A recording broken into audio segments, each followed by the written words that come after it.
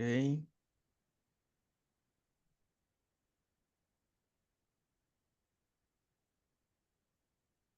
Listo. Bueno, excelente. Primeramente quiero agradecer al ingeniero Jorge Luis Ayala, que está compartiendo con nosotros el día de hoy desde México, ¿no? Mi nombre es Juan Zapata, soy estudiante de Ingeniería Agronómica en la UCB, la Universidad Central de Venezuela, precisamente la Facultad de Agronomía, la cual se ubica en el estado de Aragua, Maracay. ¿Sí? Bueno, me tomé el atrevimiento de invitar al ingeniero para dar una charla acerca de la ganadería regenerativa, pero más allá de ganadería regenerativa, eh, que se fuese aplicada a los sistemas bufalinos, ¿no? Que por lo menos en Venezuela cada vez son más populares, cada vez el búfalo va ganando mucho más territorio y bueno, somos el país de toda América que cuenta con la mayor cantidad de búfalos. Entonces, vaya, es algo que es de suma importancia para el país. Y por ejemplo acá, hay que decirlo, desde mi casa de estudio, desde mi alma mater, el tema de trabajo con búfalos hemos estado un poco deficiente y quizá también sea por la ubicación, ¿no? Nosotros estamos en la zona centro-norte del país. Pero bueno, para eso existen estos espacios virtuales que nos permiten de alguna forma tener una noción mucho más amplia de cómo es el comportamiento del ganado bufalino y un sistema alternativo que para mí ya la palabra alternativo no está implicada, sino necesario, ¿no? Porque ya es hora de que todos los agricultores, y todos los técnicos, todos los profesionales, desde las universidades, desde el campo, empiecen a aplicar este tipo de sistemas regenerativos.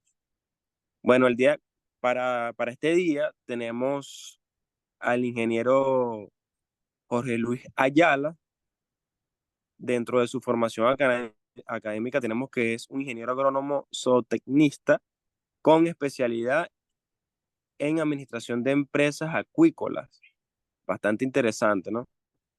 Del técnico de Monterrey, si no me equivoco, ingeniero. Sí, Tecnológico de Monterrey. Ah, excelente.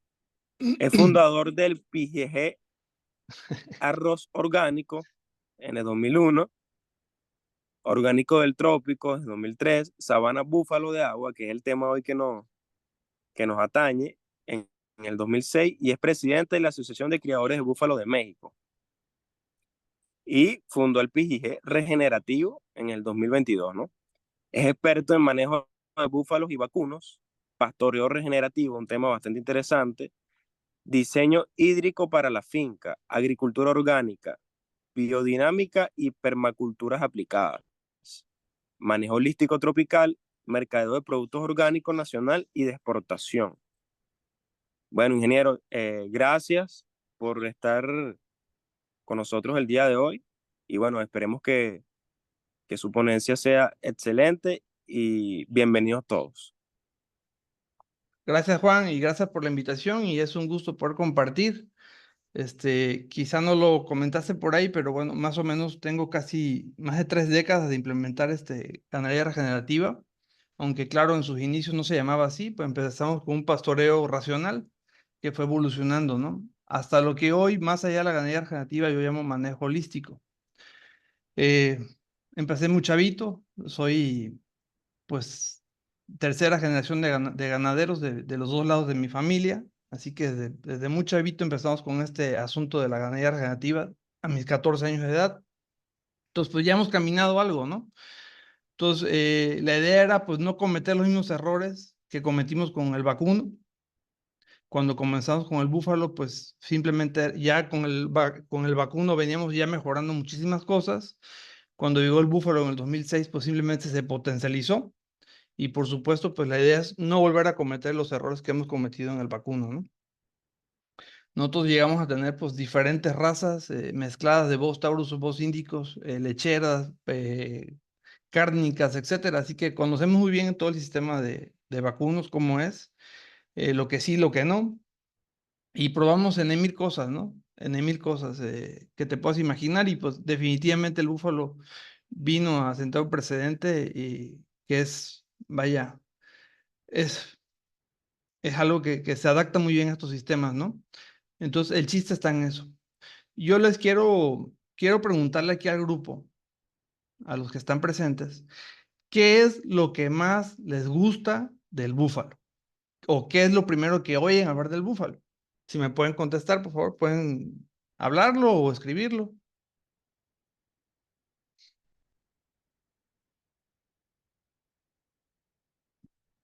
Su eficiencia reproductiva y su eficiencia digestiva.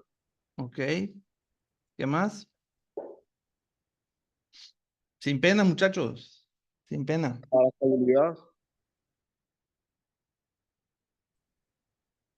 Yo no puedo Una de leer, las cosas importantes es su resistencia ajá, y de verdad que productividad tanto en leche como en carne es bastante llamativo y me parece una actividad bien interesante y productiva. ok, perfecto. Dice por aquí van dejando su rusticidad que le permite una mayor adaptabilidad, su eficiencia de conversión de alimentos, su adaptabilidad y resistencia a diversos climas. Y bueno, yo creo que la palabra clave es rusticidad. Es lo que más nos atrae del búfalo, ¿no? ¿Estamos correctos? Definitivamente lo que más nos atrae del búfalo es su rusticidad, ¿no? Y eso conlleva adaptabilidad a una vida prolongada, su resistencia a enfermedades, etcétera, ¿no? Entonces vamos a quedarnos en este punto que dijimos al inicio de esta plática, que lo que más nos interesa con el búfalo es su rusticidad, ¿sale? Porque lo vamos a retomar más adelante. Entonces, es innegable que vamos a ver primero, el primer tema son tres temas. Uno es ganadería regenerativa, otro es pastoreo regenerativo y el otro es genética animal adaptada. Son muy amplios. Es un pequeño resumen, una pequeña introducción, ¿no? Entonces, el mundo, queremos negarlo o no verlo, pero la evidencia es más que evidente, ¿no? Que estamos sufriendo ya un calentamiento global, ¿no? Más o menos hace 22.000 millones de años, pues la concentración de dióxido de carbono andaba en 180 partes por millón. El día de hoy anda en 430 partes por millón. Si ustedes pueden ver la grafiquita y la segunda gráfica, más o menos a partir de la Revolución Verde, que comienza en los 50, los 60, se incrementa de 280 partes que traíamos ya a 420 en los últimos 50 años, ¿no? Y se dice que el mundo, para que más o menos sea viable, necesitamos que no sobrepase los 380 partes por millón. Entonces, pues podemos ver qué es lo que pasa con este cambio climático. Pues que todo es más exagerado, ¿no? Todo es la temporada de lluvias, pues son más fuertes, hay más huracanes, hay o más heladas, y lo contrario, en la temporada de sequía, pues son sequías más extremas. Entonces, empezamos a tener muchísimos problemas, ¿no? Entonces, realmente nosotros somos, eh, ahora sí que como agricultores y ganaderos, tenemos las principales herramientas para devolver ese carbono al suelo, ¿ok? Y eso lo podemos hacer mediante ganadería regenerativa, manejo holístico, agricultura orgánica regenerativa. Podemos devolver ese carbono al suelo. Independientemente de que las industrias que verdaderamente contaminan, pues reduzcan su huella de carbono, pero nosotros tenemos la ventaja de que no solamente podemos reducir nuestra huella, sino que podemos fijar ese carbono excedente de la atmósfera al suelo. Y eso es muy importante, ¿ok? Porque ustedes saben que pues entre más negrita es la tierra, más productiva es, ¿no? Y si es más negrita es porque tiene más carbono. A grandes rasgos, no, no siempre es la regla, pero por ahí va el asunto. Pero en el momento que volvemos carbono al suelo, pues aumenta la porosidad del suelo, aumenta la retención de agua y por lo tanto también aumenta al tener mayor porosidad, eh, más organismos se pueden refugiar o convivir o desarrollar en ese medio, ¿no? Y en la agricultura orgánica lo más importante no son los minerales y los nutrientes que hay en el suelo, sino la vida que hay en el suelo. Eso es lo más importante que tenemos en la agricultura orgánica. Bueno, pues también ha crecido el uso de químicos, ¿no? En 25 años, imagínense, ha crecido más de 1200%. Estamos utilizando un consumo per cápita de 12 litros nada más de glifosato al año. Entonces, pues, este mundo es insostenible desde ese punto de vista, ¿no?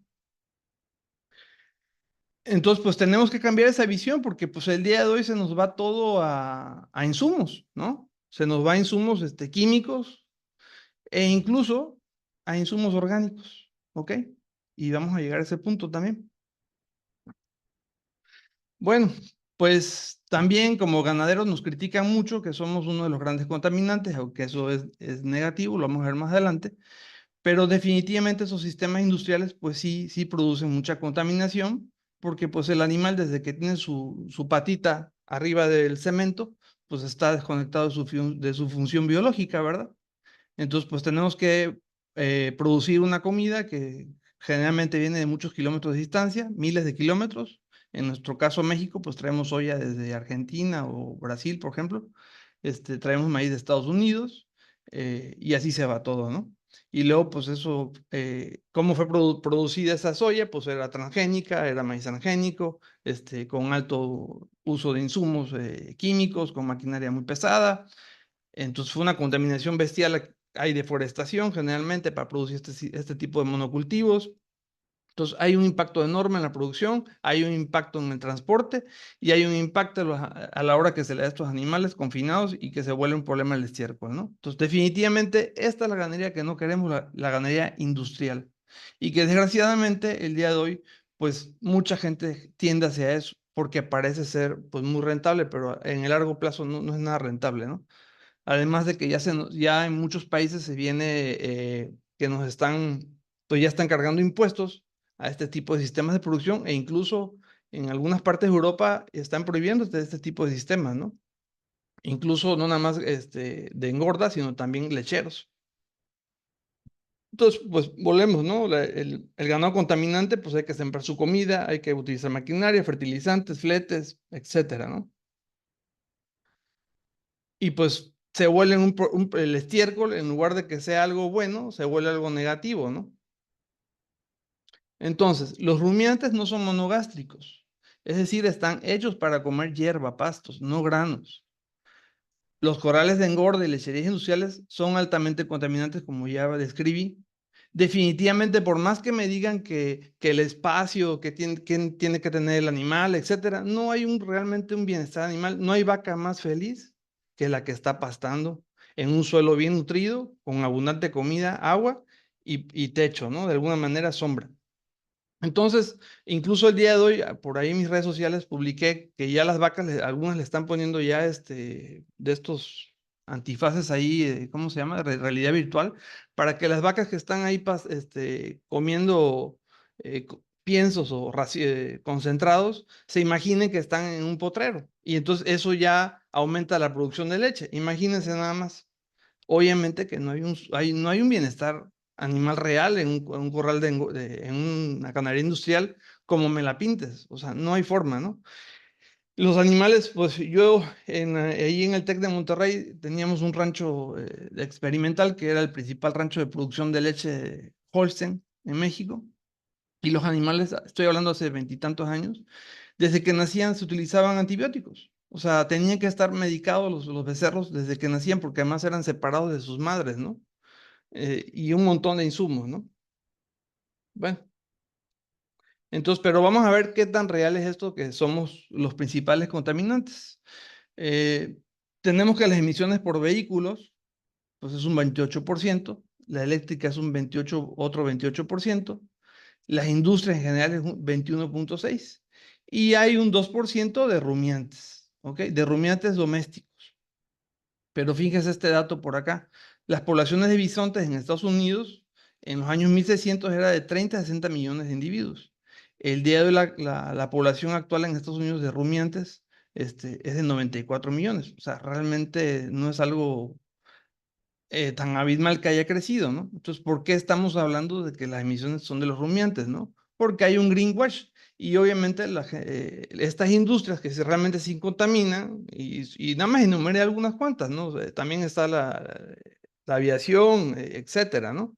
Pues hacen todo un lavado de cerebro, ¿no? Para desviar el problema y pasárselo a otro, que somos los pobres ganaderos que no tenemos, no nos organizamos, no hacemos campañas donde demostremos que es todo lo contrario. Bueno, ¿qué es manejo holístico? Porque ya me oyeron hablar un poquito de manejo holístico, ¿no? El siguiente paso de la ganadería regenerativa es manejo holístico. Entonces nada más lo voy a platicar un poquito ahí, a comentarlo para que lo tengan en cuenta. Y la definición es, la naturaleza funciona en enteros. Un sistema no puede ser explicado por las partes que lo componen, considerados aisladamente y por separado. Es el sistema común, todo integrado y global, que determina exactamente cómo se comportan las partes. Es decir, el todo es más importante que las partes. El hato es más importante que el individuo, ¿ok? El manejo holístico propuesto por Alan Savory es un enfoque para la toma de decisiones y la gestión integrada de los aspectos sociales, económicos y ambientales de emprendimientos y empresas públicas y privadas, especialmente en lo referido al manejo de recursos naturales y sistemas agropecuarios. Hay un videíto muy famoso de Alan Savory que se llama Reverdeciendo los desiertos, ¿no? Cómo con manejo holístico él ha logrado reverdecer muchos desiertos, ¿no? Es muy famoso, salió en una plática en Tech Talk. Bueno, la agricultura regenerativa es un método holístico que aumenta los recursos naturales en vez de agotarlos. Con este método los agricultores empiezan a entender los procesos naturales para reponer, permítanme. Con este método se apoya a los agricultores a entender los procesos naturales para reponer los principales recursos como el agua en el suelo y producir alimentos sanos y ricos. Al paso de tiempo, se restaura el hábitat para la fauna silvestre y previene la erosión y la pérdida del suelo, logrando retención de agua y fijación de carbono. Ok. Entonces, entendemos muchas veces la agricultura orgánica como que es producir sin químicos, ¿verdad? Sin químicos inorgánicos y utilizar químicos orgánicos o biológicos. Entonces, ese concepto de agricultura orgánica, desgraciadamente, así se quedó, que es producir sin químicos, pero realmente como productores no podemos quedarnos ahí porque no puede ser que la agricultura sea una mera sustitución de insumos, o sea, de inorgánicos, orgánicos. Entonces, pasamos de la matriz petróleo a depender de la matriz petróleo por los químicos inorgánicos a la matriz biológica, a depender de todo este tipo de insumos orgánicos que pueden salir muchísimo más caros que los inorgánicos, ¿eh? Entonces, esa no es la meta de un productor. O sea, se vale que utilicemos insumos en ciertas cuestiones muy puntuales, se vale para los que están empezando y aún no entienden todo, y aún siguen con una mente reduccionista, pues ok, hay una transición en la cual puedes utilizar esos insumos, ¿no? Pero no te puedes quedar ahí. Tenemos que hacer que el mismo proceso que tenemos, el mismo sistema de producción, restaure los nutrientes del suelo para que dejemos de depender de insumos, ¿ok? Bueno, es que no me deja leer aquí. En ganadería regenerativa, de la mano de los procesos naturales, se busca que los costos, los gastos, el valor de las inversiones y el tiempo para producir disminuyan y que los ingresos aumenten. Como resultado, se obtiene mayor rentabilidad y utilidad neta sostenible por hectárea. Bueno, vamos a empezar por ahí Juan me hizo mucho la crítica que cómo era eso posible, que había que regresar los nutrientes al suelo, y yo le decía a Juan, a ver, fíjate Juan, yo te pregunto, ¿una selva o un bosque requiere que tú le estés inyectando insumos? ¿Requiere que le pongas agua? No. La selva por sí misma es un medio perfecto que está en reciclaje continuamente, ¿no? El pasto también lo es. Yo solamente metí fertilizantes químicos, nosotros también producimos arroz, y metimos fertilizantes químicos hace muchos años. Y cuando metí los fertilizantes químicos, porque nos sobraron los fertilizantes en el cultivo del arroz y decidimos utilizar en las praderas. Cuando metí la urea a la pradera, se me bajó la producción de pasto. Yo no lo entendí hasta años después. ¿Qué pasa cuando dejamos un saco de urea en el concreto? Lo quiebra. Es decir, la urea va a quemar la materia orgánica y te va a hacer dependiente de ese insumo. ¿Ok? Ahí empieza la dependencia a estar utilizando insumos que enriquezcan el suelo, entre comillas, ¿no? Que enriquezcan la planta, que sean fértil la planta. Entonces, es un círculo vicioso, ¿no? Entonces, resulta que no, tenemos que hacer la producción que no requiera de esto o que busquemos la forma como trabaja la naturaleza. Y en la ganadería es lo más fácil de hacerlo. La agricultura es un poquito más complicado, pero también se puede hacer. Nosotros desde 2003 empezamos a producir arroz orgánico y hasta el 2020 ya por cuestiones comerciales ya no seguimos, pero los últimos 5 años del arroz orgánico estuvimos produciendo 0 insumos. Lo logramos. Y lo logramos gracias a que consideramos el todo. ¿Qué es el todo? Que la producción de alimentos no puede ir separada por un lado agricultura y por el otro lado ganadería. Tienen que ir de la mano. La agricultura y la ganadería tienen que estar unidas. En todo, ¿no? Aparentemente en la ganadería parece ser, uno puede creer, no, es que nada más es ganadería, no, pues es que también cuidar el pasto y llevar el pasto es también agricultura, tiene un manejo, ¿no? Entonces, en el arroz orgánico, pues logramos hacer esta simbiosis entre el búfalo y el arroz, que pastoreaban los búfalos cierto tiempo, en ciertos momentos, y teníamos el de vuelta al arroz, y ahí estábamos y devolviendo algunos, por ejemplo, la cascarilla del arroz, le devolvíamos otra vez del suelo. Obviamente el rastrojo también se devolvía, pero no aplicamos composta, no aplicamos ya fertilizantes minerales, etcétera, ¿no? Entonces, la teoría de la trofobiosis. Trofo significa alimento, biosis, existencia de vida significa que cualquier ser vivo solo sobrevive si existe el alimento adecuado y disponible para él. Considera que una planta cultivada solo será atacada por un patógeno, insecto, ácaro, nemátodo, hongo, bacteria y virus cuando la savia contenga el alimento adecuado para esos patógenos. Y este alimento esté constituido principalmente por aminoácidos. Las plantas tratadas de forma incorrecta contienen gran cantidad de aminoácidos. ¿Cuáles son las plantas tratadas? Pues las que les ponemos esos químicos. Sean inorgánicos o orgánicos. Es decir, son plantas gordas. Una planta sana difícilmente será atacada por plagas y enfermedades. Por eso nuestro arroz llegó a estar sin enfermedades y plagas, porque está bien nutrido. Por otro lado, entonces, el mito de que las plantas siempre van a tener plagas, con esta teoría pues se desvanece y para mí no es una teoría, para mí es una realidad, ¿no? Por ejemplo, también tuvimos un problema de un ácaro en el arroz, por ejemplo, que no había aquí en la zona, que pasó un huracán por República Dominicana, trajo ese ácaro y toda la producción de arroz convencional quebró ese año, ¿no? Y nuestro arroz, pues, ¿saben qué? Sí tenía el ácaro, pero no estaba en total equilibrio. La vida, los microorganismos, los insectos que habían ahí que lograban controlar al ácaro. Entonces, no había problema, ¿no?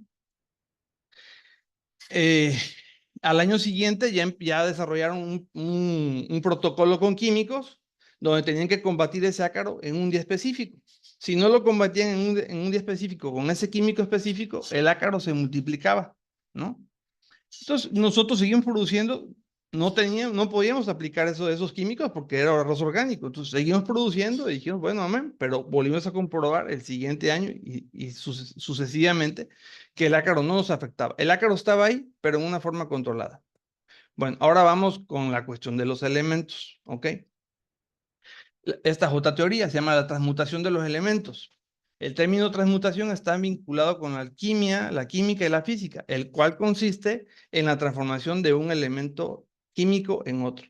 Nos enseñaron quizá en la escuela que había un barrilito y en ese barrilito siempre se derramaba el agua cuando le echabas agua al barrilito por el nutriente que tenía menos. Entonces, la tirita del barril era por ejemplo, si era el nitrógeno y estaba hasta abajo, pues por ahí se iba a derramar el agua. Es decir, que era el potencial de producción que iba a tener esa planta al nutriente determinante que está en no suficiente cantidad, ¿no? Bueno, eso es mentira, porque resulta ser que si tenemos una vida en ese suelo interactuando, esos microorganismos, esa vida va a movilizar un montón de nutrientes y además va a crear ciertos elementos que a lo mejor de entrada en un análisis no nos salen, pero ellos lo pueden con esa alquimia crear. Bueno, yo sé que es un poquito que quiebra la cabeza. Como les digo, esto es simplemente una embarradita de qué cosa es la ganadería regenerativa o la agricultura orgánica, regenerativa, no orgánica nada más. Pero créanme que esto existe, ¿no? Y se dan muchísimas cuestiones en el suelo, muchísimas reacciones que están muy lejos de nuestro entendimiento todavía, ¿no? Bueno, regeneración, pues otra vez volvemos al tema, o sea, lo orgánico no nada más es producir alimentos sin químicos, sino realmente mejorar el ecosistema. Y esto, si lo logramos hacer, pues nos vamos a ver beneficiados de muchísimas cuestiones, ¿no? Porque el tener más biodiversidad, no nada más, obviamente al tener un suelo sano, vivo, mejora muchísimas cosas, pero también el tener animales, pues más biodiversidad es lo mejor porque esos animales, esa vida también nos va a hacer más resilientes y nos va a ayudar a contrarrestar muchísimas cuestiones que están fuera, bueno, no están fuera de nuestro entendimiento, pero que de momento es muy difícil poder entenderlo. Por ejemplo, dices, bueno, ¿para qué mejor biodiversidad? Ah, pues, por ejemplo, hay muchas aves que se van a comer esos insectos, o incluso muchos ciertos mamíferos que se van a controlar unos a otros, ¿no? En el caso del arroz, por ejemplo, a mí me empezó una plaga que empezó a comerse todo el arrozal y pensé que eran las garzas que me estaban dañando, que estaban apisonando el arroz y literalmente las mandé a espantar. Y una que otra se la echaron los muchachos, ¿verdad? Entonces fueron las garzas y el problema se extrapoló 10 veces más de lo que venía creciendo. Pues las garzas estaban haciendo una función, ¿no? Y así tenemos efectos de control de roedores, etcétera, ¿no? Entonces, la regeneración tiene que ver con el restablecimiento o la mejora de algo que degeneró. Biológicamente es un mecanismo de recuperación de los organismos vivos por reconstrucción de las partes perdidas o dañadas. ¿Cuáles son los principios de regeneración? O sea, ¿cómo podemos saber que estamos regenerando? Pues cambiar la toma de decisiones de un pensamiento reduccionista a uno integral holístico, promover las especies que sean perennes, nativas, exóticas, con la mayor biodiversidad posible, promover suelos biológicamente activos con fertilidad natural, ambientes fúngicos, incorporar y mantener árboles en los paisajes productivos, de preferencia implementar sistemas silvopastoriles, son árboles, y hacer funcionar a pleno la bomba de carbono. ¿Qué es la bomba de carbono? Cada vez que la planta, ¿cómo fijamos carbono? Cada vez que la planta respira, absorbe CO2, ¿verdad? O sea, dióxido de carbono, carbono y oxígeno. La planta respira, fija el carbono y libera oxígeno, ¿ok? Esa es la bomba de carbono. Entonces tenemos que echar a andar esa bomba de carbono y eso lo hacemos con un pastoreo regenerativo bien controlado. Si no hacemos un pastoreo regenerativo, pues no vamos a poder echar la bomba de carbono. Vamos a llegar en la parte del pastoreo a eso. ¿Qué otros indicadores hay? Una cobertura completa del suelo siempre, con dominancia de especies perennes. Ustedes saben que un suelo desnudo, las temperaturas pues son 10, 15 grados mayores que un suelo cubierto, ¿no? El mayor esterilizador que hay en el mundo se llama la luz solar. Entonces, volvemos a lo mismo. ¿Qué es lo más importante de la agricultura orgánica? La vida en el suelo. Si el suelo está desnudo, si está descubierto, esos microorganismos, esa vida se va a morir. Aumento de las tasas de infiltración. O sea, no es lo que te llueva, es cuánto retuvo ese suelo, ¿no? De agua, de humedad. Aumento de la biodiversidad, ya lo dijimos. Aumento de la productividad primaria y de forraje. Y aumento de carbono en el suelo. Bueno, a ver, quiero que me digan de dónde sale el dinero en un rancho.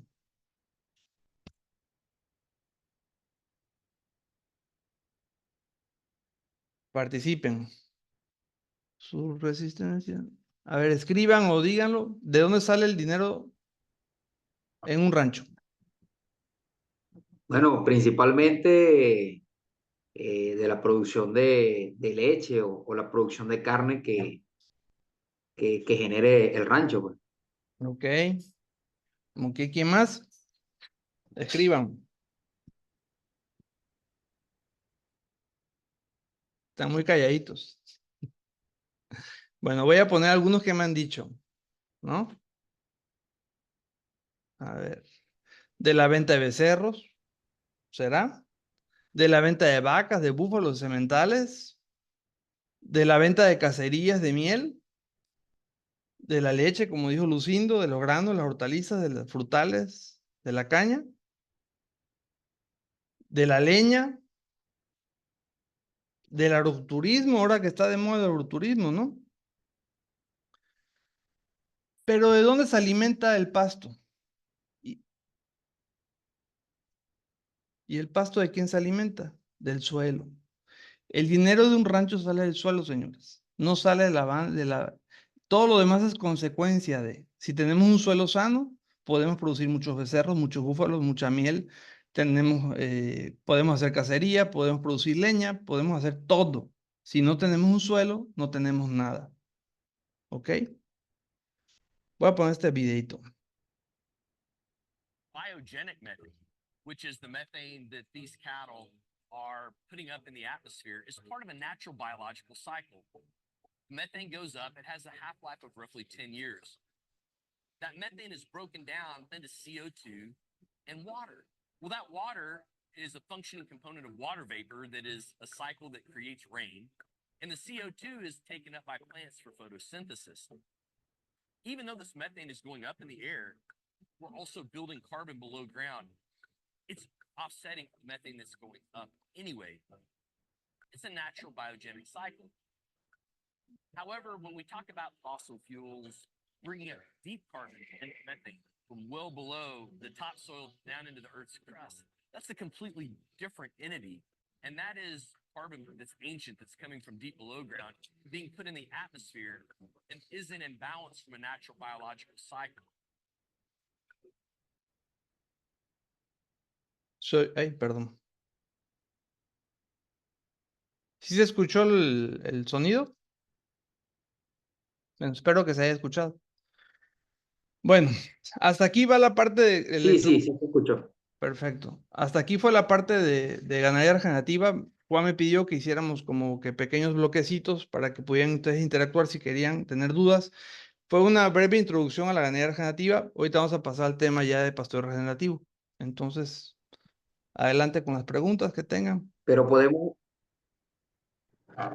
Ok, Jorge, bueno, la verdad que es muy importante nosotros eh, proteger a los suelos.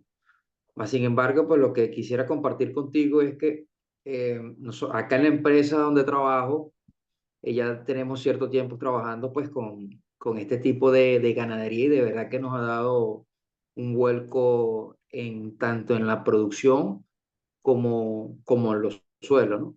Pero nosotros utilizamos multiplicación de microorganismos, Ujú. ¿sí?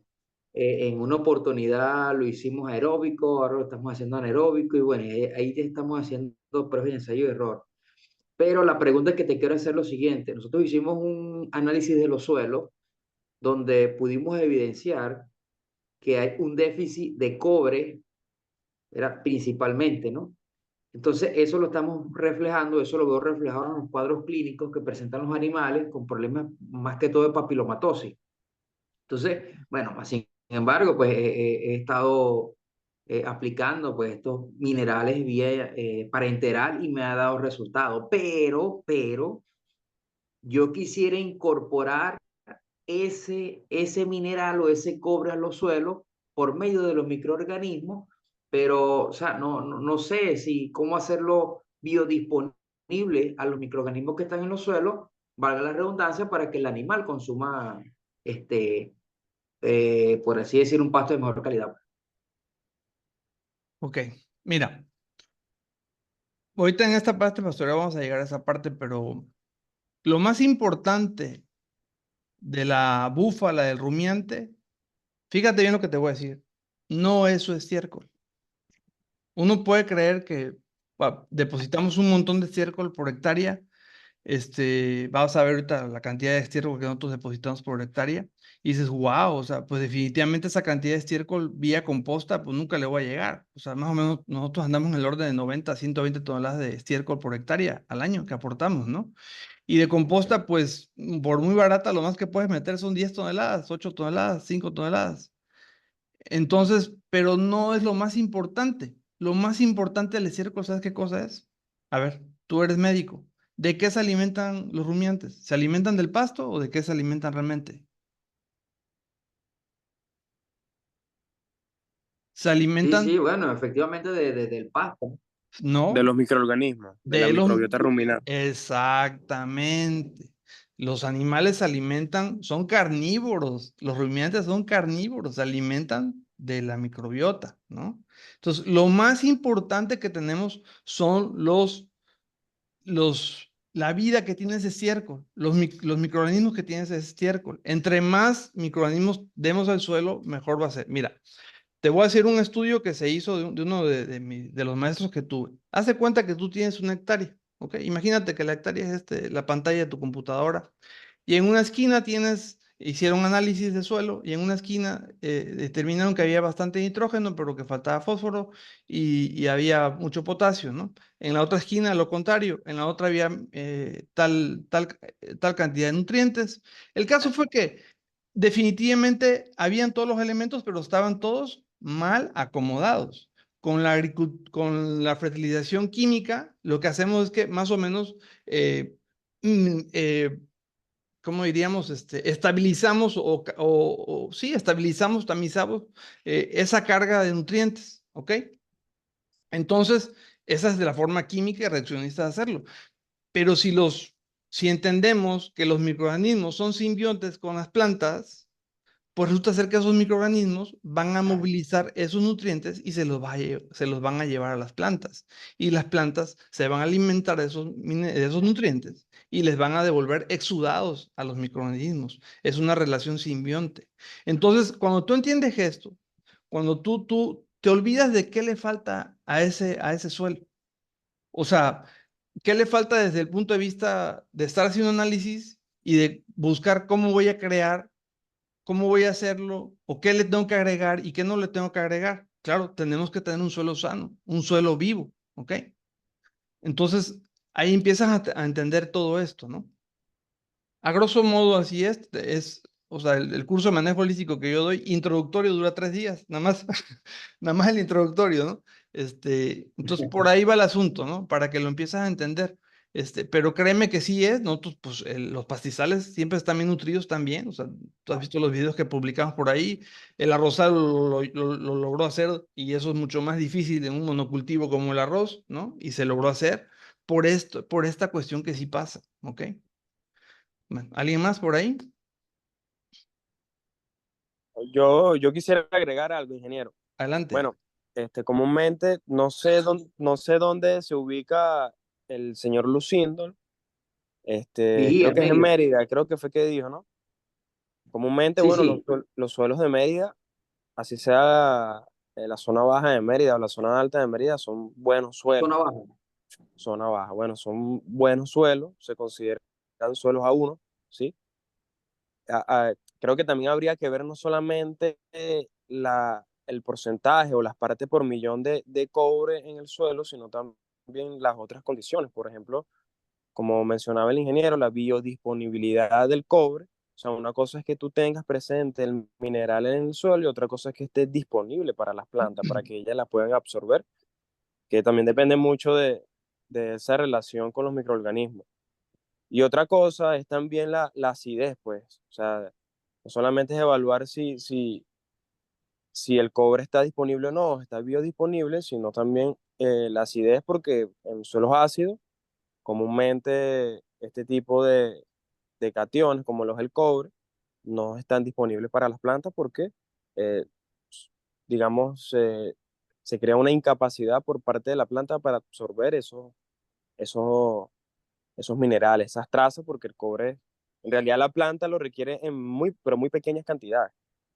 Entonces, bueno, y otra cosa también sería, no soy médico veterinario, pero seguramente la población de animales que tiene es susceptible a papilomatosis, pues entonces también deberías evaluar el punto de vista genético. Bueno, Sí, sí, efectivamente. Bueno, gracias. miren, ahí es un buen ejemplo. Por ejemplo, si tú partes de un rancho, o sea, cuando el sistema ya está jalando por totalmente, realmente no tienes que preocupar por nada de eso, de si la biodisponibilidad, si el otro, o sea, realmente ya está corriendo solito y se está equilibrando naturalmente. Pero cuando partimos de un suelo que tiene ciertos problemas y que tú apenas vas a empezar a implementar estos sistemas, pues sí te va a llevar un tiempo. Entonces, ahí es la parte donde yo digo, bueno, aquí sí se justifica que yo haga esas enmiendas, ¿no? O sea, que tú ya sabes de agronomía o tú ya sabes de cuestiones específicas de nutrición animal y vas a hacer esas enmiendas ya sea al suelo o al animal, en lo que el sistema llega a ese punto de fertilidad natural, ¿ok? Entonces, bueno, ahí sí es válido, pero créeme que cuando ya está corriendo el sistema, ya no necesitas preocuparte por ese tipo de cuestiones. Bueno, empezamos con pastoreo regenerativo, ¿sale? Miren esos búfalos ahí con las garzas y todo, ¿no? Ese es, vaya, para mí eso es la forma de decir el manejo holístico está totalmente implementado. Yo sé que muchas de sus producciones son así, pero hay una simbiosis entre esas garzas, esos búfalos, ¿qué está pasando ahí? Y ahí es la conexión del suelo con el animal, o sea, el rumiante, con la biodiversidad, las garzas. Bueno, ahí se ven solamente garzas, pero tenemos 4 tipos de garzas diferentes. Tenemos chocolateras también, que son unas que tienen una punta de cuchara y otras 2 o 3 aves que siempre andan por ahí, ¿no? Al final vemos una foto muy bonita ahí de un amigo que logró tomar esa foto en Costa Rica. Bueno, ¿qué tenemos que hacer? Tenemos que, en el pastoreo regenerativo lo que hacemos es imitar cómo pastorean las manadas de herbívoros salvajes, ¿ok? ¿Qué es lo que vemos siempre con esas manadas de herbívoros? Vemos muchísimos animales, ¿verdad? Millones de animales pastando en un solo lugar, unidos juntos. Por lo tanto, eso no puede ser sobrepastoreo. Entendemos, mucha gente entiende sobrepastoreo como que hay muchísimos animales. No, eso no es sobrepastoreo. Sobrepastoreo es que estos animales no amanecen ahí todos los días, ¿verdad? Están en continuo movimiento. Esos animales mañana, si hoy tomas esa foto hoy, es más, en la tarde ya no están. Hay un continuo movimiento. Entonces, y esto aplica en diferentes ecosistemas, no nada más no nada más en África, sino también eso en un clima, no sé qué cosa era eso, si era Alaska o qué cosa era, pero Canadá. Pero bueno, ocurre exactamente lo mismo en otros ecosistemas, ¿no? Entonces tenemos que imitar cómo la ganadería regenerativa realmente trata de eso, de imitar a la naturaleza. ¿Ok? Entonces, el sobrepastoreo se da cuando esos animales se quedan ahí todo el tiempo. Y aún sean unos cuantos. A lo mejor en esa área convencionalmente podríamos tener 100 hectáreas, por decirles, y tendríamos 50 vacas. Y las 50 vacas están 30 días, eso ya es sobrepastoreo. En la ganadería regenerativa, realmente más de 3 días, animales en un mismo lugar, ya es sobrepastoreo. ¿Ok? Bueno, podemos aplicar la ganadería regenerativa también a diferentes sistemas de producción, no nada más a las vacas, a los búfalos. Podemos hacerlo también con cerdos, por ejemplo, ¿no? Bueno, vamos a hablar un poquito de este tema de la materia orgánica. Fíjense, un 1% de materia orgánica sobre el horizonte del suelo significa que hay 27,000 kilos por hectárea de materia orgánica, ¿ok? Y también significa que hay 99,000 kilogramos por hectárea de carbono, ¿ok? Si los rumiantes que tenemos nos aportan 90,000 kilos de estiércol por hectárea por año, eso se convierte en 5,400 kilos de materia orgánica seca por hectárea por año. Cada kilo de materia orgánica fija 3,67 kilos de carbono. Entonces, los 5,400 kilos de materia orgánica nos están fijando casi 20 toneladas de carbono por hectárea, ¿ok? 1 kilo de materia orgánica hace que se retengan 13 kilos de agua de lluvia. Por lo tanto, si tenemos 5.400 kilos de materia orgánica, somos capaces de retener 70 toneladas por hectárea de agua de lluvia. ¿Ok? Fíjense qué importante es la materia orgánica en el suelo, ¿no? Bueno, ahorita regresamos a ese tema. Estamos hablando de los diferentes tipos de pastoreo. Está el pastoreo continuo, que es lo que comúnmente hacen todos los productores, que tienen un lote de 50 hectáreas y 100 hectáreas y tienen una cantidad de animales donde siempre están pastando ahí. Eso es un pastoreo selectivo. ¿Por qué es un pastoreo selectivo? Porque los animales pues tienen un área muy grande y van a elegir lo que quieren comer, ¿ok? Pero esos sistemas causan sobrepastoreo. ¿Y qué pasa cuando hay un sobrepastoreo? Pues la bomba de carbono no se recarga. ¿Por qué no se recarga? Porque los animales obviamente van a preferir siempre a las plantas más jóvenes, porque son más suaves, más apetecibles. Entonces, el hecho de que la búfala o la vaca o el rumiante a cada rato venga a comerse lo que le gusta, pues poco a poco la va a ir matando. Por eso vemos que en este tipo de sistemas siempre hay muchas malezas, porque la vaca siempre está consumiendo el pasto bueno y lo que nosotros llamamos malezas, que son arbustivas o hojas anchas, etcétera, pues son las que no quieren y el potrero poco a poco nos va ganando de esa maleza. Aparte, las reservas de nutrientes de los pastos, pues se van acabando porque se la están consumiendo en el tiempo que no le damos al pasto para que se recupere. Los pastos cualquier planta requiere un tiempo para almacenar, hacer reservas, desarrollarse y crecer. Eso varía muchísimo, por supuesto que sí, depende del tipo de planta, del tipo de pasto, pero podemos hablar de 30 hasta 90 días, por decirles, ¿no? Depende del ecosistema también en el que estemos. Si nosotros no respetamos eso, vamos a causar que extingamos la planta que queremos que nos alimente el ganado, ¿no? Entonces, ese es el primer problema, ¿no? Luego tenemos un pastoreo, otro pastoreo que se llama, ay, perdón. Bueno, ya un pastoreo, es que no dice aquí, perdón, no me deja ver la pantalla. Pero es un pastoreo que hace por lotes, ¿no? Dividen las 100 hectáreas en 4 lotes. Y dicen, no, ya alterno y tengo las 100 hectáreas, tengo en 25 hectáreas pastoreo 15 días o 30 días, y luego me voy al otro, y así estoy. Sí, ok, ya no pastoreaste durante 365 días del año un solo lote, sino lo pastoreaste a lo mejor 3, 4 veces, pero lo pastoreaste durante un mes. Bueno, obviamente, si ustedes consumen un pasto, bueno, pues ustedes ven cuando los animales consumen un pasto, ¿en qué tiempo la planta vuelve a crecer? Al día siguiente ya está creciendo. Y lo que no queremos en el pastoreo es que el animal llegue a consumir esa planta de nuevo cuando está creciendo. Entonces, obviamente, el primer día, el segundo día, los animales no van a llegar a comérselo, pero al tercer día o al cuarto, sí llegan a comerse ese rebrote, ¿no? Y ahí empieza el sobrepastoreo.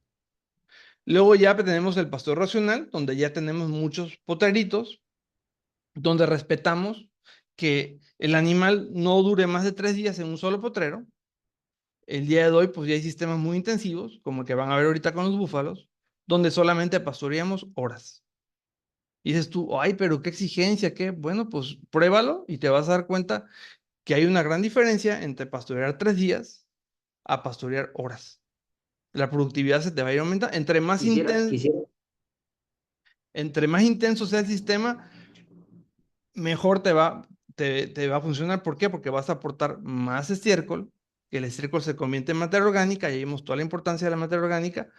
Vas a fijar más carbono y vas a tener más tiempo a que la planta se recupere, pero también menos pisoteo. ¿Ok? Sí, sí, Lucindo, dime.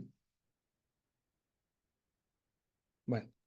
Con respecto a lo que estás mencionando, Jorge, mira, aquí en el sur del lago, lo que es la parte baja de Mérida, aquí hay un pasto que se llama Paspalus grigatum, vulgarmente se le denomina cabezón. Sí, lo conozco. Y mira, para la forma de controlarles haciendo presión de pastoreo, o Claro, sea, acotando un poco lo que tú estás mencionando, mira, en sí, 1.5, 1.6 hectáreas, meto 200 animales y duran horas, solamente 5 o 6 horas de pastoreo.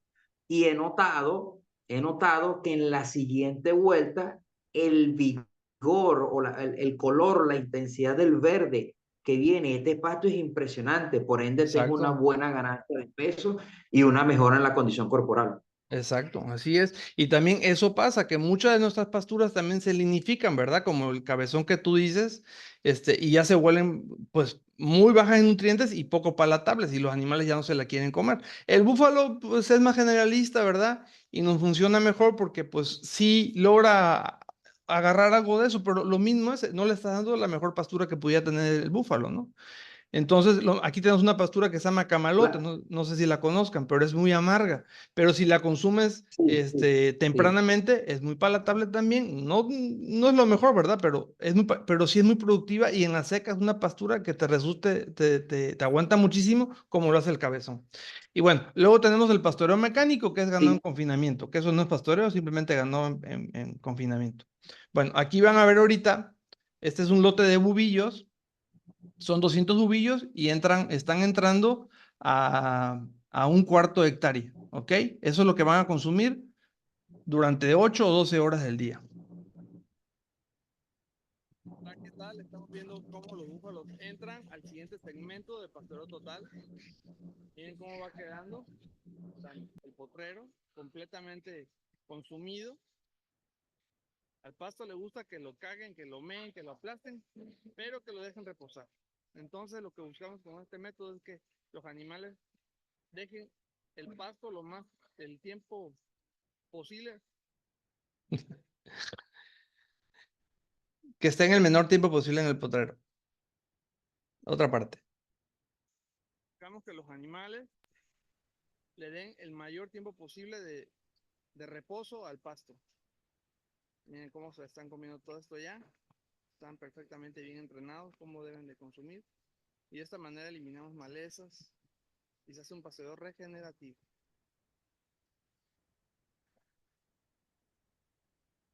Este es el siguiente lote que van a venir después de ahí. Miren cómo está para la pastura. Ya se nos está pasando un poquito, pero al búfalo eso no le interesa mucho, al vacuno sí le molesta más, pero al búfalo no. Miren qué bueno está. Y así tiene que acabar como esto. Y eso se lo van a consumir al mediodía. Al mediodía se lo van a consumir y hacemos otro cambio y entran a la siguiente melga. Otra.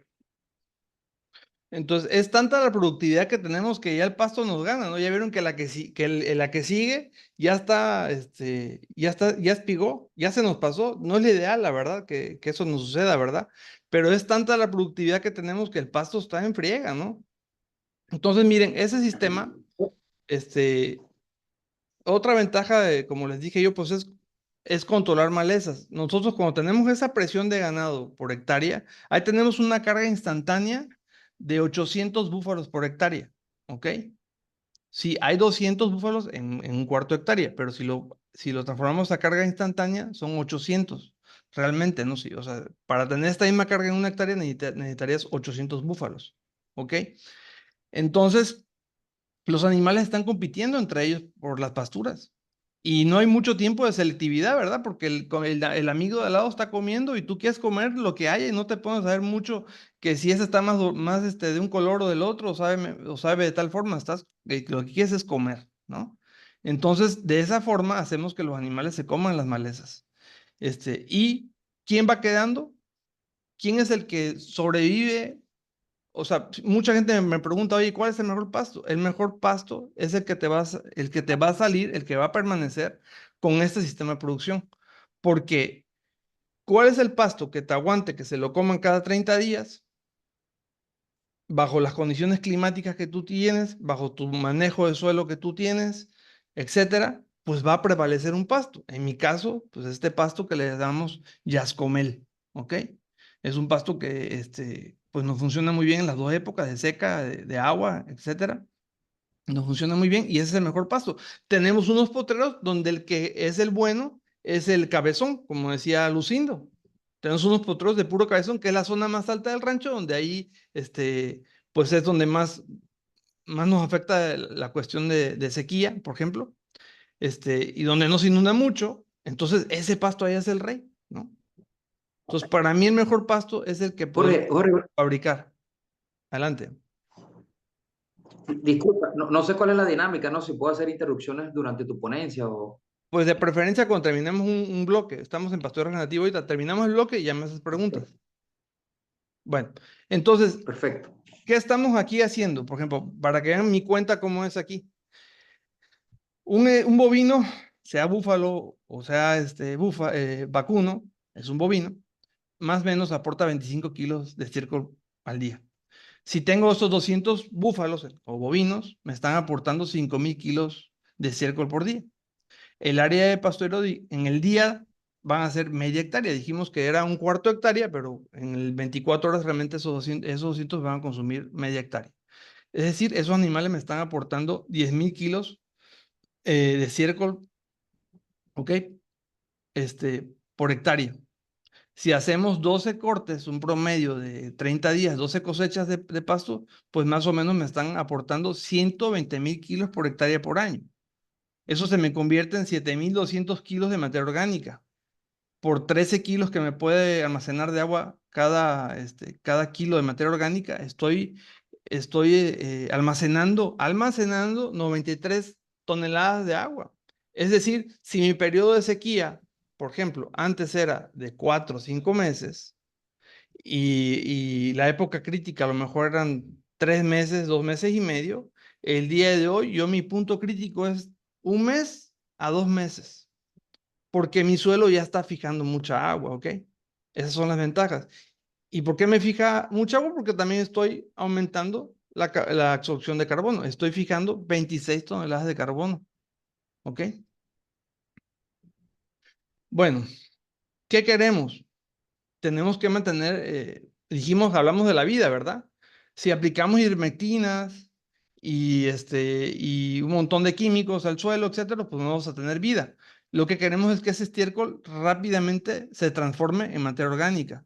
¿Con ayuda de quién? De los microorganismos o organismos mayores. En este caso, ¿quién empieza? Pues empezamos del más grande al más chiquito. Entonces aquí llegan los escarabajos, por ejemplo. Ahora mucha gente me dice, oye, pero mi suelo yo nunca veo escarabajos. Ah, pero mira, yo en mi suelo tampoco. Yo no veo escarabajos, pero sí veo que se me llena de hongos, ¿no? Porque mi suelo es muy húmedo y seguramente los escarabajos no le dan muy bien con tanta agua que generalmente tengo, ¿verdad? Entonces, pues pero siempre está lleno de hongos. Entonces, eso me habla de que es un estiércol sano, ¿ok? Y eso se va a, a, este, a, a descomponer rápidamente y los microorganismos lo van a empezar a poder trabajar. Entonces, la ivermectina es tan química y tan resiliente en el sistema que queda durante muchísimo tiempo y no permite esta vida en el suelo, ¿ok? Entonces, pues se trunca todo. De nada sirve que hagas un buen pastoreo si estás aplicando ivermectina, o sea, porque estás matando la vida otra vez del suelo, ¿no? Miren, este es otro ejemplo. Estos son langostinos que hay en nuestro suelo, por ejemplo, ¿no? Eso es una cuevita donde se mete el langostino. Bueno, alguien si me puede leer algo, lo que dice es que a mí no me deja leer aquí arriba esto. Si me pueden leer aquí qué dice arriba, por favor. Alta fertilidad. ¿O cuál es el título, de favor, si lo pueden leer? Ok, sería alta fertilidad y alta carga animal nos da máxima rentabilidad. ¿Cómo se logra? Sencillo, con animales adaptados, bajo pastoreo no selectivo. Exacto, El enfoque tradicional busca aliviar los síntomas, el enfoque regenerativo busca sanar las... exacto. Esas son las dos visiones que tenemos que tener bien claras, ¿no? Para llegar a esto. Bueno, vamos a hablar un poquito de todo esto. Mire, o sea, yo insisto mucho con el tema del carbono porque de verdad se nos vienen problemas muy, muy gruesos, que poco a poco nos van llegando y que el día de hoy, como les dije al inicio de la charla, en Europa, pues, y sobre todo en España, Están cerrando muchos ganaderos ya por cuestiones de impuestos, por cuestiones ambientales. Entonces, tenemos que ser claro que nosotros somos la cura, no somos la enfermedad, ¿ok? Entonces, sí, les comparto esta información para que la tengan bien clara y el día de mañana, pues lo tengan presente y puedan debatir con alguien. A ver, lo del ganado no es el principal contaminante, estás equivocado. El sistema de producción industrial, lo que es malo, contamina hasta cierto punto. Ya dijimos hasta el 2%, ¿no? Pero la ganadería regenerativa es otro cuento muy diferente. Fíjense, este es un estudio que hicieron sobre cada kilo de carne que se produce en una granja que se llama White Oak Pastures. Eso es un clima templado, por supuesto, donde hicieron y eso, entonces te dice, bueno, pues en la granja se produjeron 29 toneladas de emisiones entéricas, por cada kilo que la empresa produjo de carne, se produjeron 29 kilos de emisiones entéricas, estiércol otros 5 kilos, pero se fijaron 35 kilos de carbono en el suelo, se fijaron otros 4 kilos de carbono vegetal, otras actividades de la granja que no llegan al 1%, otras como sacrificio y transporte que ya no le corresponde a la granja, pero bueno, lo tomaron en cuenta. Entonces, quiere decir que si sumamos y restamos todo esto por cada kilo de carne que produce esa finca, estamos fijando 3.5 kilos de carbono en el suelo. Eso es un clima tropical. ¿Qué no será, perdón, en un clima templado? ¿Qué no será en un clima tropical como el nuestro? Que seguramente andaremos sobre los 12, más o menos, ¿no? Y de ahí lo comparan con otro tipo de, de alimentos, como por ejemplo el grano de soya, pues por ejemplo por cada kilo de soya, pues emitimos 2. Ya la ecuación, las famosas hamburguesas esas de imitación de carne, como la Beyond o la Impossible Burger, andan en 4, el pollo convencional anda en 6, el cerdo anda en 9, y fíjense, la carne de feedlot, de corral de engorda, anda en 33. Entonces, nosotros tenemos las herramientas para decir y hacer las cosas bien y que el día de mañana, cuando te quieran taxar, poner impuestos, pues le digas, no, yo estoy haciendo esto, ¿no? Es lo contrario. Bueno, hasta aquí terminamos la parte de pastoreo regenerativo. Preguntas ahora sí, Lucindo. Ok, ok, Jorge. Mire, me parece interesante, ¿verdad? Que creo que tú también manejas lo que es la cabezona o en México, pues abunda también este paspal lumbricatum, ¿no? Sí. Más sin embargo, te quisiera preguntar, o sea, ¿cuál ha sido tu diferencia en la variación de incremento de gramos diarios entre hembra y macho? Mm, la verdad es mínima. Es mínima. O sea, no. A mí me sorprende, a menos en las búfalas, ¿no? Que la verdad que las hembras Ajá. van muy bien. O sea, lo que más mido, pues obviamente son los machos, ¿no? Las hembras, pues más bien es desarrollo, pero cuando me ha tocado medirlas y todo, pues casi están a la par. Casi están a la par. Ok, ok. ¿Por qué te pregunto? Porque aquí me pasa lo contrario. Ujú. Me pasa que cuando meto búfalas, acuérdense que se estaba haciendo la finca y todo eso, búfalas en pasto lignificado o en pasto no lignificado, para la redundancia, veo que el incremento de las hembras es mayor, por lo menos un 30-25% más que los machos. Incremento de ganancia de peso. Diario, incremento de ganancia de peso diario, correcto. Pero ¿estás hablando de adultas o de animales en crecimiento, en desarrollo? Animales en desarrollo, en bautas, Ah, lo mido en bautas y bautes, ¿no? Entonces, como están separados, ok. me doy cuenta que hay esa ligera variación, pero por eso eh, o sea, ¿será que la flora de las hembras es mucho más efectiva o eficiente que el de los machos? Pues no, no lo sé. Yo tampoco. Ahí sí no tengo la respuesta. Ajá, otra cosa, tú mencionabas que por cada 13 kilogramos de estiércol que produce el animal, ¿cuánto me fija los porcentajes de agua? Sí, de agua. Ajá, ok. A ver. Por cada kilo de materia orgánica retienes 13 kilos de agua de lluvia. Ok, ok, ok, listo, ese era lo que, Ok. Bueno, ¿alguien esa era más? la duda, pues. Claro. ¿Alguien más?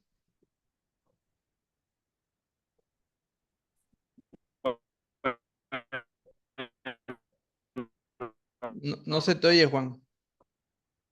No se te oye, Juan. Se te corta. No se te oye. No sé, si quieres déjalo escrito porque no, se te corta. ¿Alguien más? A ver, no han escrito. Bueno, seguimos. De todas maneras, si quieren, déjalo y y al final las contestamos, lo que se les haya pasado o algo, al final Bueno, una pregunta, pero también quisiera que... No se te escucha, Juan. Se te corta. Ahora sí. A ver. Bueno, entonces volvemos al tema de ¿qué es lo que más nos gusta del búfalo? Su rusticidad. Entonces, es lo que tenemos que cuidar. ¿Ok? Y para lograr esto, tenemos que pasar otra vez del pensamiento reduccionista, como seleccionamos los animales, a un pensamiento holístico, divergente. Y eso en la ganadería regenerativa se llama genética animal adaptada en la forma en la cual nosotros hacemos nuestro mejoramiento genético. Algunas cuestiones de la forma tradicional se toman en cuenta, pero sí varían varias cosas que son muy importantes, ¿no? Entonces, iniciamos con este tema del búfalo. El bufalixo, en América, todo empezó con el bufalixo porque la principal manada o hato que había de búfalos era en Trinidad y Tobago, y en Trinidad y Tobago se desarrolló esta raza de bufalixo que era una cruza de Murra, Jafarabadi, Nilirabi y Sadawari, algo así se llama. Esa era un ingenio de azúcar y hacían búfalos para trabajo y leche, ¿ok? Ahí en Trinidad y Tobago. De Trinidad y Tobago salieron casi todos los principales rebaños que se llevaron al continente, y fueron bufalix, ¿ok? Y de ahí, pues ya por medio de inseminación y algunas importaciones muy específicas, han traído razas puras como la Murra, Jafarabadi, principalmente, y por inseminación recientemente del Mediterráneo, ¿verdad? Pero la base era el bufalixo, ¿ok? Entonces, para mí el bufalixo es como, en la forma que este señor hizo su selección, sin él saberlo y sin decirlo, realmente aplicó muchos principios de la genética animal adaptada. Y lo que nosotros estamos haciendo en Sabana, pues es mejorar ese bufalixo, ¿ok? Bajo estos criterios. Fíjense, los animales, igual si alguien puede leer, es que mi pantalla no me deja ver, permítame. A ver, aquí está, ok, ya. Los animales deben ser criados en el ambiente que habrán de ser usados. Es una norma de simple respeto a su bienestar. Hemos prestado muy poca atención a la selección de nuestros animales por rusticidad. Hemos preferido medicar que criar animales que no presenten problemas. Por lo tanto, hemos ido erradicando el vigor y adaptación de nuestros propios animales. Tom Lasseter. ¿Quién fue Tom Lasseter? Fue el que hizo el famoso Beastmaster. El Beastmaster de hoy no tiene nada que ver con el Beastmaster que hizo Tom Lasseter en los años 50 o no sé qué año fue. Pero eran animales muy, muy rústicos. Animales totalmente adaptados a su ecosistema. Dice, lo anterior obliga al uso de ayudas externas que aumentan los costos y disminuyen, por lo tanto, nuestra rentabilidad. ¿Ok? Entonces, ¿cuál es nuestro objetivo? ¿Máxima producción por animal o máxima rentabilidad por hectárea? Y yo les pregunto, ¿de qué vivimos? ¿Vivimos del hotel que esté lleno o vivimos de un individuo, de un solo miembro que llegue de vez en cuando, ¿no? Son enfoques totalmente antagónicos de producción, de sistemas de selectividad, ¿ok? Miren cómo eran, por ejemplo, el Holstein hace 50 años. Era un animal doble propósito, no como hoy que solamente es lechero, ¿no? Seguramente ese animal no ocupaba la cantidad de insumos que hoy en día requiere un Holstein para producir. Por supuesto que produce más leche el Holstein de hoy, Definitivamente no se los voy a negar, pero ¿a qué costo? Otras razas, igual como eran antes, como son ahora. Miren el Chaolai como era antes, el Cimental como era antes, como es hoy. Qué gran diferencia, ¿no?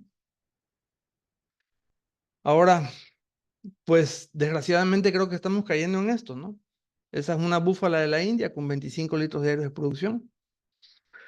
Y pues yo sí estudié en la escuela que yo estudié, en el TEC de Monterrey, teníamos, hace 20 años, teníamos vacas Holstein que tenían que tener sostenedoras.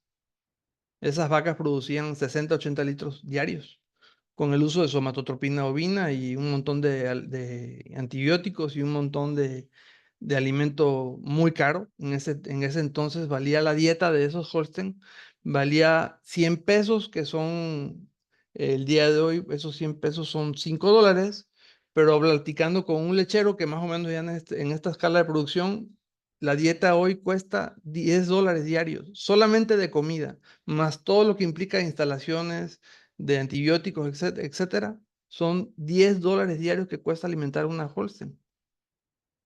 ¿Y cuánto viven? Las Holstein producen 3, 4 partos y se acabó el asunto, ¿no? Entonces miren esto. Esto es lo que queremos. Queremos llegar a esto. Queremos volver a llegar a este tipo de cuestiones. Yo nunca he tenido que asistir a una búfala. Y el día que una búfala me presente un problema, que se muera. Literalmente no está apta para mi rancho, no está apta para mi manejo. Yo no tengo gente que se dedique a estar haciendo eso.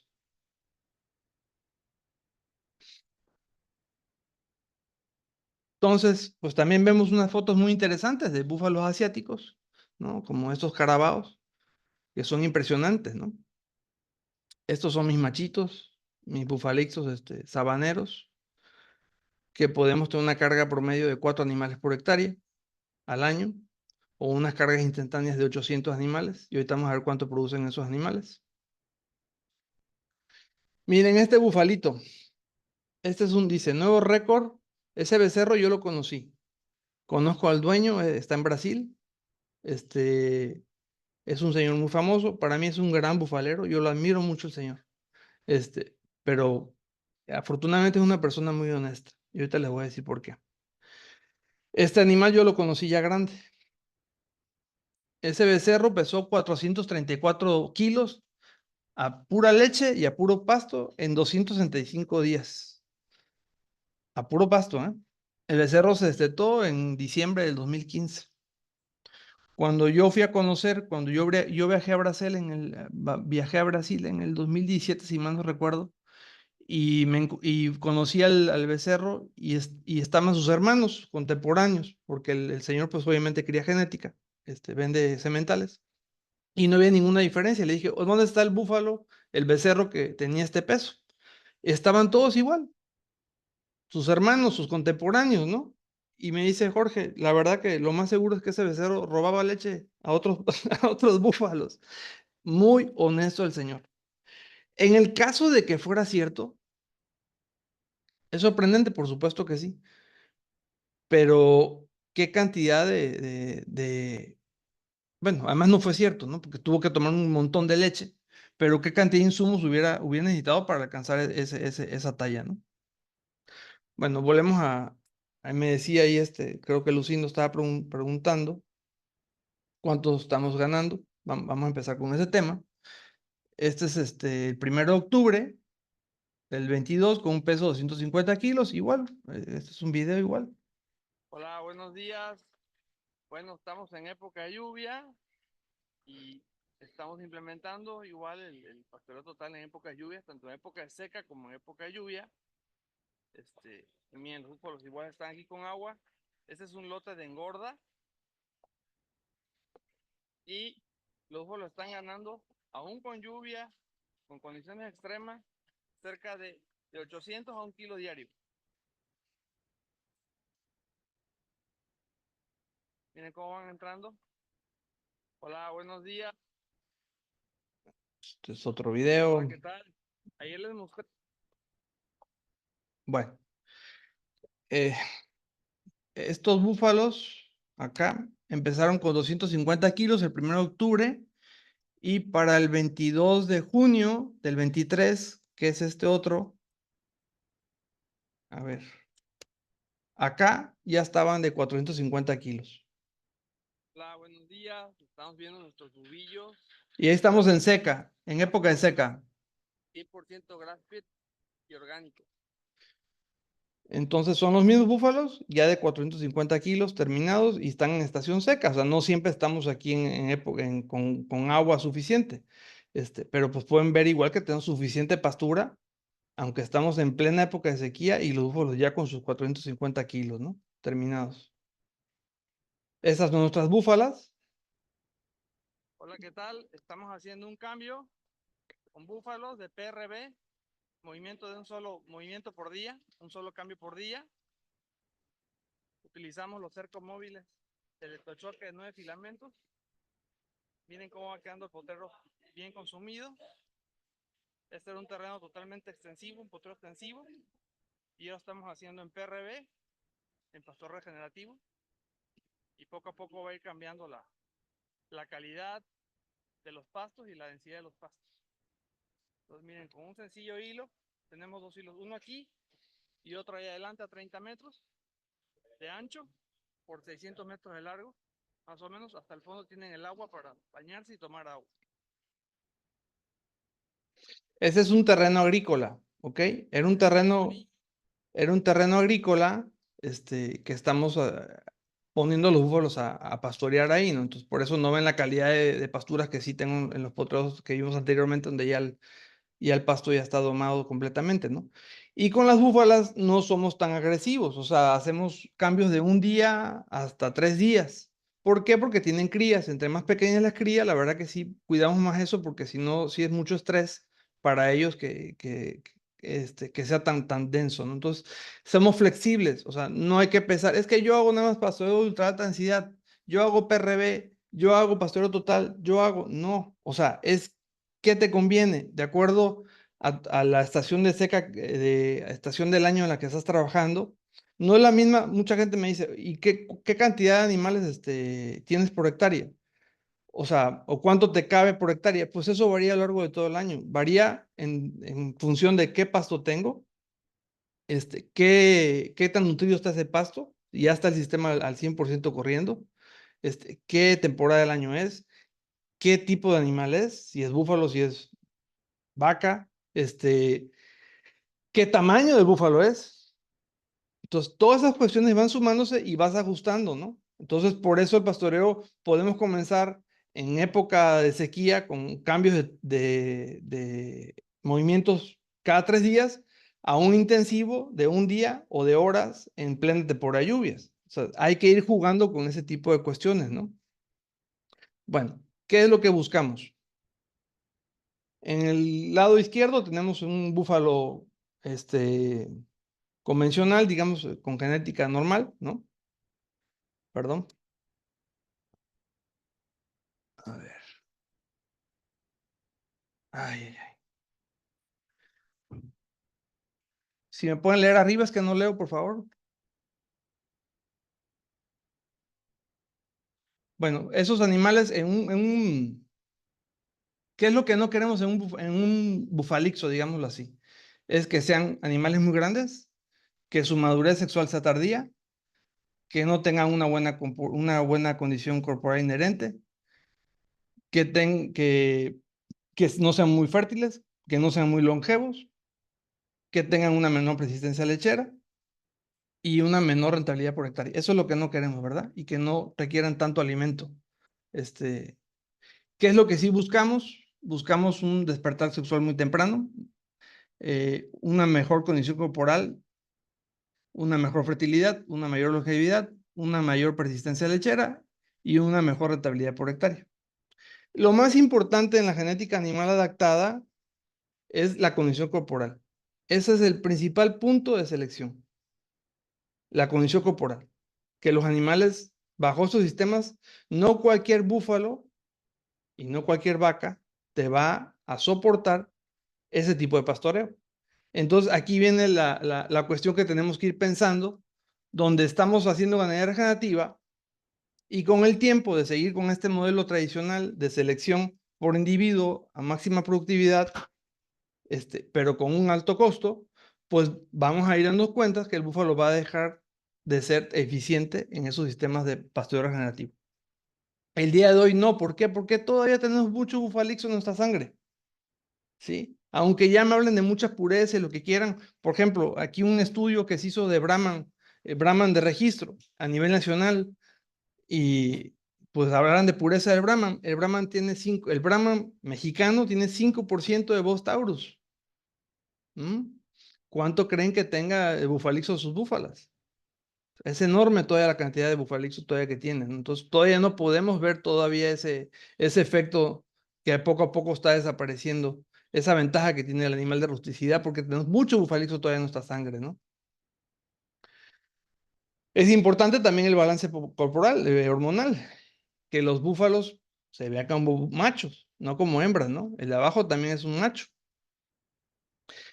Pues tienen que parecerse y verse como machos porque tienen que tener muy buenas hormonas, y que tengan un buen nivel hormonal pues significa que son animales, son búfalos que van a ser muy productivos, muy reproductivos, o sea, van a estar cargando, van a estar trabajando las búfalas, etcétera. Pues cuidar, obviamente, una buena inserción de ubres, un buen desarrollo de ubres, ¿no? Bueno, aquí tenemos un ejemplo, ¿no? ¿Cómo hace la genética? Del lado izquierdo, pues son los búfalos, no voy a decir la raza, pero que nos venden por inseminación. Imagínense, ese animal pues está criado en ganadería industrial, en confinamiento, la condición corporal en la que está ese animal. Ahora imagínense ese animal, el del lado izquierdo, si yo lo meto en un sistema de pastoreo intensivo, ¿cómo se pondrá? Ahora vean nuestro bufalixo. La misma edad, tiene 14 meses, es un sementalito que escogimos para semental, muy buena condición corporal, está en pastoreo intensivo, regenerativo, y miren su condición corporal. Entonces, así es como trabaja la naturaleza, y eso es lo que estamos copiando. Super, ¿qué dice arriba, por favor? Si alguien me puede decir. Entonces, ¿cómo seleccionamos nuestros animales? Partimos obviamente de la historia de la madre, ¿no? Que la madre tenga una buena condición corporal todo el tiempo, que sea una búfala que pare todos los años, que no tenga problemas la búfala, eso es lo primero. De ahí nos vamos a la cría. Bueno, tengo ciertas hembras que me gustan mucho, voy a ver sus crías cómo están, y de esas crías cómo me funcionan ya en lo particular con sistemas de producción regenerativa. Entonces, ahí empiezo a evaluar mis machos, ¿no? Y hago un primer corte, obviamente al destete, hago un segundo corte a los 12 meses de edad y hago un tercer corte a los 18 meses de edad, ¿no? Y ya de ahí, si tú te quieres ir, pues ya evaluar al animal, pues su descendencia y todo, pues es un proceso más largo, ¿no? Si me pueden leer arriba, de favor, ¿qué dice? ¿Alguien por ahí? Lucindo, que Súper determinantes de la relatividad ganadera. ok. Capacidad de carga, que podamos meter lo más que se pueda por hectárea, ¿sí? La fertilidad, que sea capaz de producir y reproducirse con animales adaptados a su medio ambiente. Ahora, volvemos al punto de las razas puras. Si uno escucha Chaolai, el ganado Chaolai, pues ¿por qué se llama Chaolai? Porque se desarrolló en una parte de Francia que se llama Chaolai, y ese animal le dicen Chaolai porque se desarrolló en ese ecosistema, y seguramente ese animal en sus inicios fue el mejor vacuno que se pudo reproducir en esa región particular de Chaolai, ¿no? Y lo mismo pasa con cada raza, ¿no? Ahora, como les enseñé yo también, cómo eran esos animales, ese Chaolai hace 50, 80 años, y cómo es el día de hoy ese Chaolai. No tiene nada que ver, ¿no? Entonces, por eso les hablo mucho de que el mejor semental que tú puedes tener es el que tú haces en tu rancho. Porque aunque mi rancho mi rancho, mi manejo de mi vecino y el mío son completamente diferentes. El mejor semental que puede tener es el que él puede hacer en su rancho. Y el mejor que yo puedo tener es el que yo puedo hacer en mi rancho, de acuerdo a mi pasto, de acuerdo a mi manejo, etc. Ahora imagínense de una región a otra. Ahora imagínense de un país a otro. Es muchísima la diferencia. Tenemos que tener animales que sean súper eficientes a su ecosistema, que lo tocamos en una de las primeras láminas que les compartí. Bueno, un poquito de la condición corporal, ¿qué es lo que buscamos? Que los animales anden en 3.5, es lo que buscamos, que anden en esa condición corporal, ¿no? Ya 5, la verdad que, aunque el búfalo le sienta muy bien estar gordo, pero pues no es tan necesario, ¿no? Estos son algunos bufalizos que nosotros tenemos, bueno, ya son de desecho, esos ya son toros de 4 años de edad, de 3 a 4 años de edad. Nosotros solamente utilizamos los toros 2 años, o sea, más o menos a los 18 meses de edad empiezan a trabajar y duran hasta los 3 años y medio. A ver, ¿cómo está? Sí, 3 años y medio. Y de esa forma, pues procuramos que nunca se anden cruzando con las mamás, con las hermanas, por ejemplo, ¿no? Aunque también tenemos cuidado de que pasamos de un lote a otro los sementales, que no vengan donde está la mamá, etcétera, ¿no? Pero realmente, es la manera, imagínense ustedes en la naturaleza, si hay un Dios ahí o hay un super ser que está acomodando, ¿quién se va a cruzar con quién? ¿No? Simplemente los animales desplazan, los machos se desplazan unos a otros. Entonces, eso es lo que estamos cuidando aquí, que no duren más de 2 años para que no haya problemas de consanguinidad, y nunca lo hemos tenido. Hemos tenido cerca de 250 toros desde el 2006 y nunca hemos tenido un problema y siempre cerrado. Solo de los 250 toros he metido animales de inseminación de murra, de Mediterráneo, de Jafarabad, y creo que 15 sementales. Es todo lo que he metido de fuera, que son mis bufalixos inseminados, y que metí esos toros F1 de Mediterráneo, de Murra y de Jafarabadi y los metí a trabajar. 15 toros, y esto es lo que he tenido y no he tenido mayor problema, ¿no? Y además pues son animales que terminan y todas se faenan muy bien. Casi va en lo mismo, en carne que como sementales. Estas son nuestras bubillas, por ejemplo, y ahí están las bubillas de 14 meses de edad, ya en empadre. Si ven atrás, están búfalas ya totalmente desarrolladas, y las bubillas ya entraron en empadre a los 14 meses de edad, ¿no? Esta es nuestro ideal de una bufalista promedio. Es un animal, con una excelente condición corporal, una buena conformación, por supuesto, compacto, y significa, no es un animal muy grande, es una búfala que pare todos los años sin asistencia y que mantiene una excelente condición corporal. Eso es lo que yo quiero, y eso es lo que voy a exigirle a su hijo para que sea un semental. Bueno, ¿qué importa? Puse de un lado búfalos, por decir búfalos convencionales, a un bufalixo sabanero. La longevidad, pues, que vivan lo más que puedan, 22, 25 años. El día de hoy una búfala de sistemas intensivos anda en 16 años más o menos, ¿no? Lo mismo, que me paran lo más que se pueda, unas 18 o 22 crías de ser posibles. El día de hoy las búfalas andan en 12, 18 crías cuando muy bien les va. Obviamente buscamos una trazabilidad. El destete no es tan crítico para nosotros, o sea, 7, 8 meses es lo ideal. El peso al destete, pues tampoco es lo más importante para nosotros, pero son destetes muy grandes, de 240 kilos promedio, pero ahí andamos buscando. No es determinante para nosotros. Su ganancia de peso, pues sí, que a los 18 meses sea una ganancia que ande 800 a 1 kilo promedio, ¿no?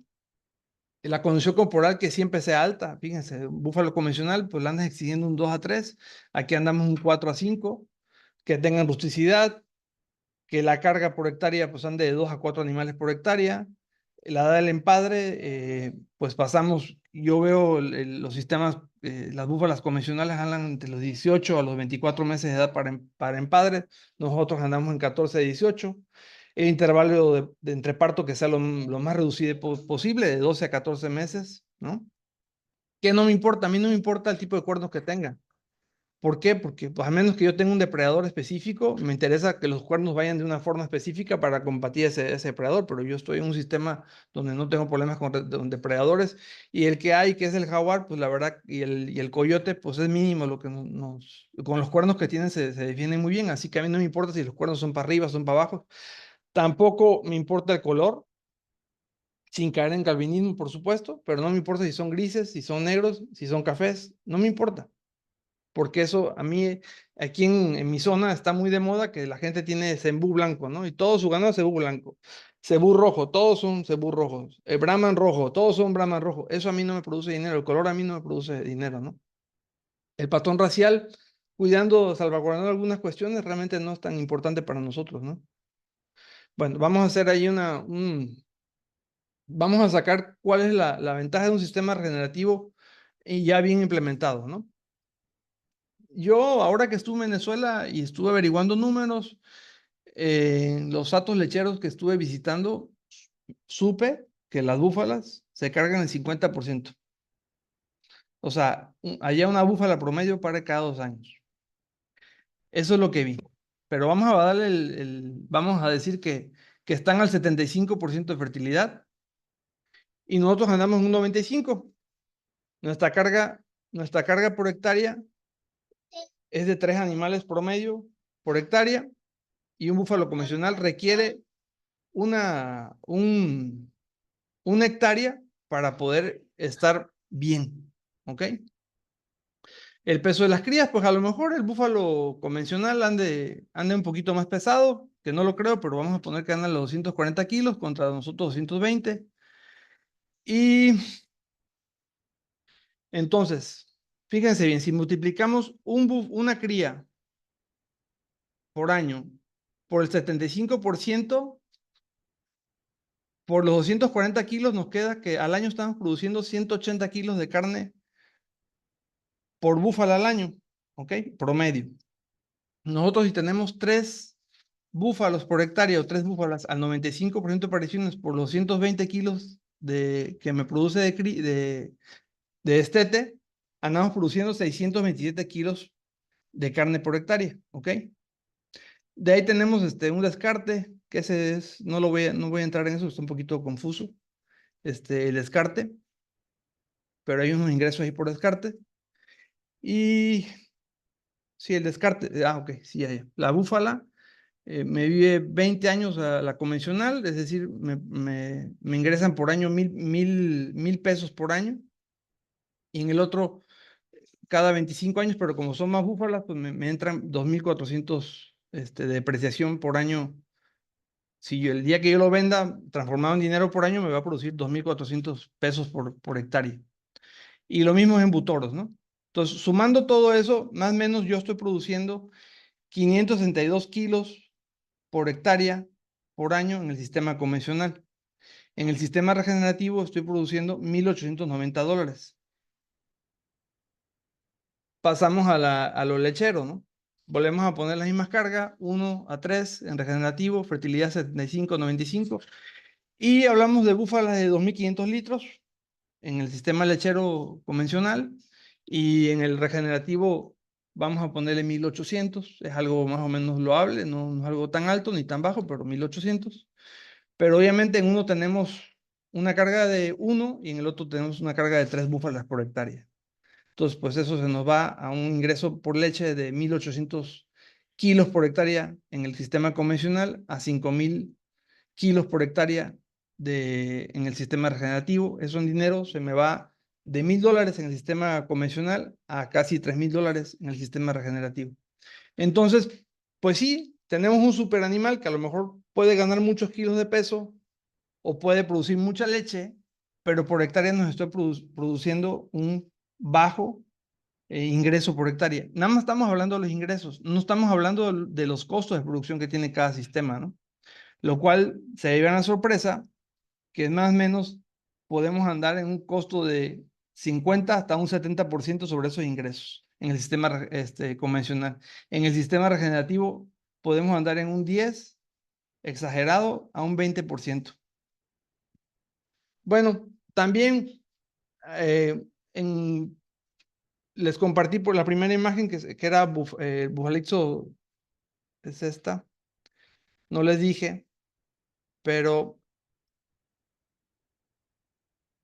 tenemos una serie de conversatorios que se llama Bufalixo en YouTube, en el canal de Pijije Regenerativo. Hicimos 4 charlas donde desarrollamos todo el tema del Bufalixo y uno de ellos fue el amigo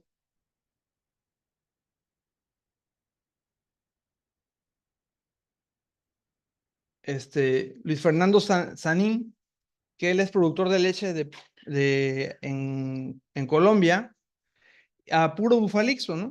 Y él sí se dedicó mucho a la selección de leche, su papá y él también. Y con puro Bufalixo, haciendo pastoreo regenerativo, y aún así llegó a tener, el tipo ganaba todos los años, todos los premios, primero y segundo, tercer lugar. O sea, siempre estaban en los primeros. Este es un ejemplo ahí del 2006, donde en el tercer simposio de búfalas de las Américas ganó mejor ubre, la búfala de pico más alto, mejor conjunto de búfalas, etcétera. Cada año ganaba el tipo, ¿no? Hasta que se aburrió, porque obviamente lo aceptaba que el día del concurso, pues le metían lo que era y media ya las búfalas, ¿verdad? Porque no es lo mismo evaluar el animal en el concurso que evaluarlo produciendo día a día, ¿no? Pero siempre se lee muy bien, eran animales, pues llegó a tener 310 de lactación y una producción de 3.000 litros de leche con un solo ordeño, con bucer. Su máximo pico de producción fue 421 días, 4.158 litros de leche, ¿no? Esos fueron sus datos, haciendo pastoreo regenerativo. O sea, podemos llegar también a producir mucha leche, no, o carne. No es el fin por individuo, ¿ok? Pero sí se puede llegar a eso, sí, y aún así respetando todos los sistemas de selección de genética animal adaptada, ¿no? Bueno, prácticamente terminamos esto. Esta imagen es de Costa Rica, el rancho del Bolsón, del señor Luis Clachar. Seguramente muchos de nosotros hemos tenido este tipo de imágenes, donde podemos ver este sistema ahí tan complejo y que por más que queremos nuestra mente analítica decir qué consume cada individuo que está ahí, qué dosis de comida podemos ajustar para cada individuo que hay ahí, se sale de todas nuestras fórmulas de calcular y de esquematizar y de mente reduccionista. No podemos hacer un cálculo de toda esa vida que hay ahí, qué está consumiendo, cómo lo está consumiendo, qué se lleva cada quien, qué reintegra cada quien, pero la naturaleza está haciendo que esto funcione. Y eso es lo que no tenemos que perder y es lo que tenemos que tener y mejorar si es posible. Bueno, todas estas son nuestras redes sociales.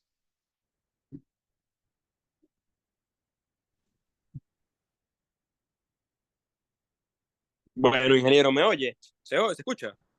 Listo.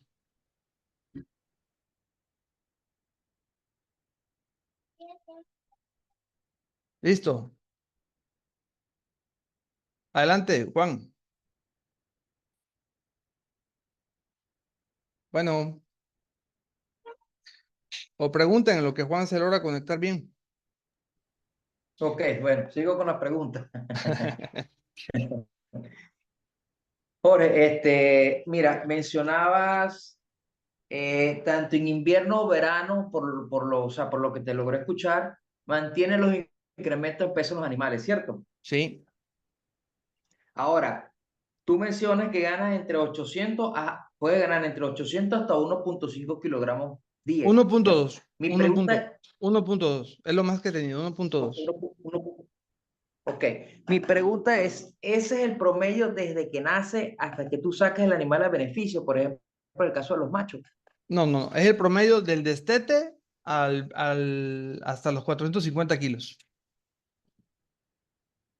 Ah, ok, Sí. perfecto, perfecto. Otra cosa, ok, en el video que tú mostrabas, donde hacían los cambios, más o menos, ¿qué volumen de animales maneja y qué dimensión tú dejas o sea, para hacer la rotación de área? O sea, ¿cuál es la dimensión que tiene ese potrero que maneja con cinta eléctrica o cordón eléctrico?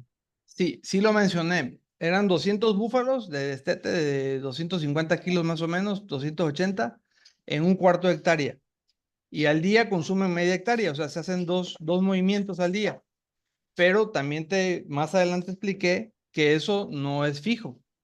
¿Por qué no es fijo? Porque eso depende del tamaño de los búfalos. O sea, una cosa es que estén 250, otra cosa es que estén de 400 kilos, ¿verdad? Van a comer mucho más los de 400 kilos. La estación del año, si es temporada de seca, si es temporada de lluvia, obviamente en la estación de seca pues va a haber menos producción de pasto y en la época de lluvia pues más producción de pasto. Todos esos factores se van ajustando a lo largo del año, por eso la cerca es móvil, porque se va ajustando todos los días, el pastor va calculando si en el día le sobró comida, pues en la tarde le reduce al siguiente corte, se lo hace más chiquito, ¿verdad? Si al día siguiente le sobró pastura, viento. Si en la tarde le hizo falta, le va a dejar un poquito más grande para el siguiente corte.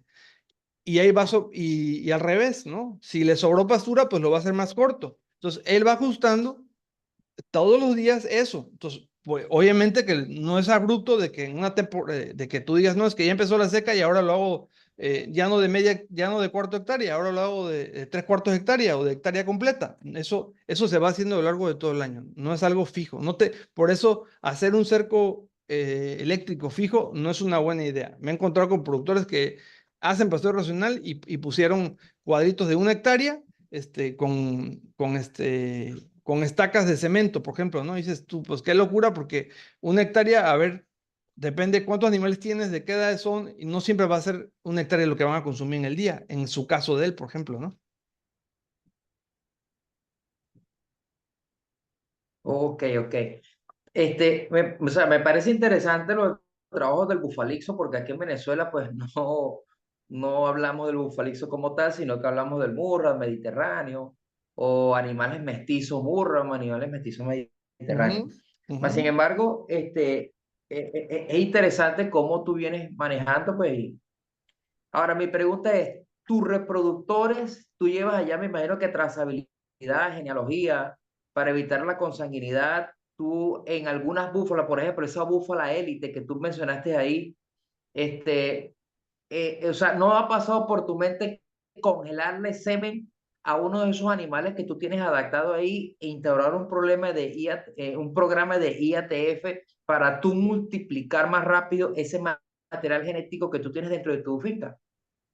Sí, por supuesto que sí es viable. De hecho, don Luis Chaclare, de la imagen que les pasó, él le encantan mis búfalas que son bayas, ¿no? Que son cafés. Le encantan y él tiene una teoría, bueno, él dice que ya lo ha comprobado, de que las bayas soportan más el calor. Incluso él utiliza muchos animales de trabajo y dice que las bayas, bueno, los machos bayos aguantan más horas de trabajo que los otros y la leche también dice que se ha dado cuenta que producen un poquito más de leche las bayas, ¿no?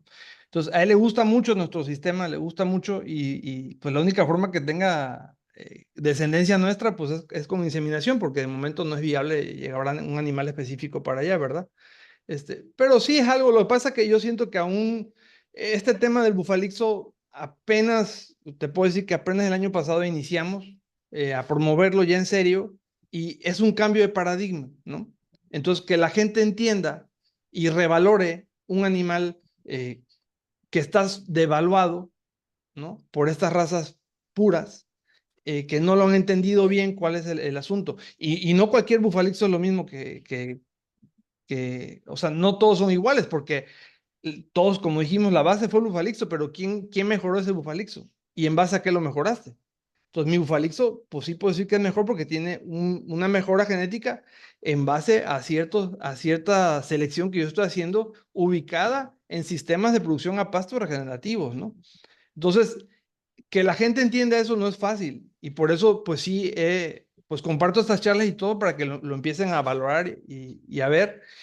Entonces, yo no creo que haya una cantidad tan fuerte todavía de gente queriéndolo, ¿no? Pero, por ejemplo, te puedo decir que en el vacuno ya está pasando, desgraciadamente, en el sentido de que se pusieron de moda para los sistemas regenerativos muchas razas de Bos taurus africanas, como la machona y no sé qué otras razas, Y lo mismo, la gente está importando Ajá. semen de estas razas, pero realmente ese no es el chiste. O sea, ok, está bien, tú no tienes animales adaptados, está bien que lo compres, no está mal, pero lo mejor es que tú hagas tu propia genética animal adaptada. Yo estoy para que la gente aprenda a hacer de la manera más económica, más fácil y se revalore a sí mismo lo que tiene, ¿me entiendes? Y como dijimos, ok, no tienes animales así, o ya tienes un búfalo demasiado echado a perder, ok, bueno, cómpralo, ¿no? Obviamente, mi animal te va a servir mucho más para sistemas regenerativos que un Murra pura o un Cafarabadi puro o un Mediterráneo puro. Por supuesto que vas a ver la diferencia instantáneamente, ¿no? Pero la idea es que tú, con el paso del tiempo, vayas haciendo tus propios animales, ¿no? Pero sí, sí lo tengo pensado, pero creo que no es el momento todavía y yo creo que me espero como 1 o 2 años más en lo que la gente va entendiendo más este rollo. Ya tengo de que localmente, pues ya la gente se interesa mucho por pie de cría mío, ¿no? Porque ya lo entienden, lo ven y ya empiezan compran sementales y así, ¿no? Ok, o sea, esos sementales que tú tienes, tú más o Ujú. menos conoces la genealogía, porque ya tú tienes años trabajando en lo que es el mejoramiento genético, pues, Así es, en la parte generativa, ¿no? Pero así es. conoces padre y madre de esos reproductores que tú metiste en tu finca. Conozco la madre, pero no el padre. Bueno, porque pues son lotes Ok, de, no, no, sí, no. sí, son lotes de cuatro o cinco toros, por decirte, y con 150 búfalas, ¿no? Entonces, sí sé quién es la madre, pero no sé quién es el padre. Pero, o sea, estás hablando que los padres, yo crío los búfalos, los tengo siempre hermaneados. O sea, yo, por ejemplo, este año saqué, por decirte, 20 sementales. Yo sé que van a ir, 20 sementales para mí, haz de cuenta produzco más, pero para mí yo ya escogí 20, ¿no? De esos 20 voy a mandarlos a 4 grupos. Se van a ir en hermaneados de 5 en 5, ¿no? Porque mis atos no son más de 150 búfalas. Es algo que he determinado que más de 150 búfalas tengo muchos problemas con el desarrollo de las crías, ¿no? Entonces, y también como se manejan con densidades muy fuertes, cuidamos ese tipo de cuestiones. Entonces, sé que viene de unos de 5 búfalos. Ahora, esos 5 búfalos son muy similares entre sí. O sea, no es que sean hermanos, pero son muy similares esos 5 búfalos, ¿no? Entonces, no tengo ningún problema con que digas tú, bueno, o sea, era un búfalo muy así, muy asado, no era muy productivo, o sea, sus mamás eran iguales, ¿no? Eran muy productivas, eran buenas, y yo ya cambié quizá con la hembra con la que se van a meter y todo, y la que yo voy a elegir, pues también es una búfala que va mejorando, ¿no? Obviamente que si ese búfalo tiene a lo mejor yo no me doy cuenta, como dices tú, de los 5 sementales y me produjeron 150 búfalas, pues me produjeron 140 crías y a lo mejor hay un búfalo que me dé mala cría, me dé 20 crías malas, pues obviamente en la condición corporal lo voy a ver, que ese búfalo no me da buenas crías, porque hay una condición corporal muy mala de esos animales. Entonces, obviamente no voy a escoger, Muy bien. ¿sí? Exacto. Ok, excelente. No sé si me escucha, ingeniero, si me Sí, oyen. sí, sí. Ah, bueno, Sí, perfecto. Bueno, sí. muchas gracias al médico veterinario Lucindo. Gracias por su participación. Pero también quisiera escuchar otro tipo de dudas. Si algún otro participante de la charla tiene alguna duda, bueno, creo que es el momento de que la hagan, pues. Bueno, si nadie pregunta, yo sigo preguntando. Ah, Jorge, pues excelente. Jorge, para cerrar también y darle chance a los demás, pero tú no has pensado, por ejemplo, que tú tienes un reproductor que es muy bueno y una búfala élite, hacer un rebaño unibúfalo y tú vas creando trazabilidad, es decir, tú vas creando un animal donde tú conozcas su padre y madre y creas tú un animal, por así decirlo, puro dentro de tu finca. No sé si me explico. Sí, mira, no es algo que para mí sea muy importante, te soy sincero, no es muy importante, pero lo voy a tener que hacer. ¿Por qué? Porque ya en México, pues ya logramos que nuestra asociación que se llama Crea Búfalos México, ya el gobierno la reconociera y nos metamos a registros.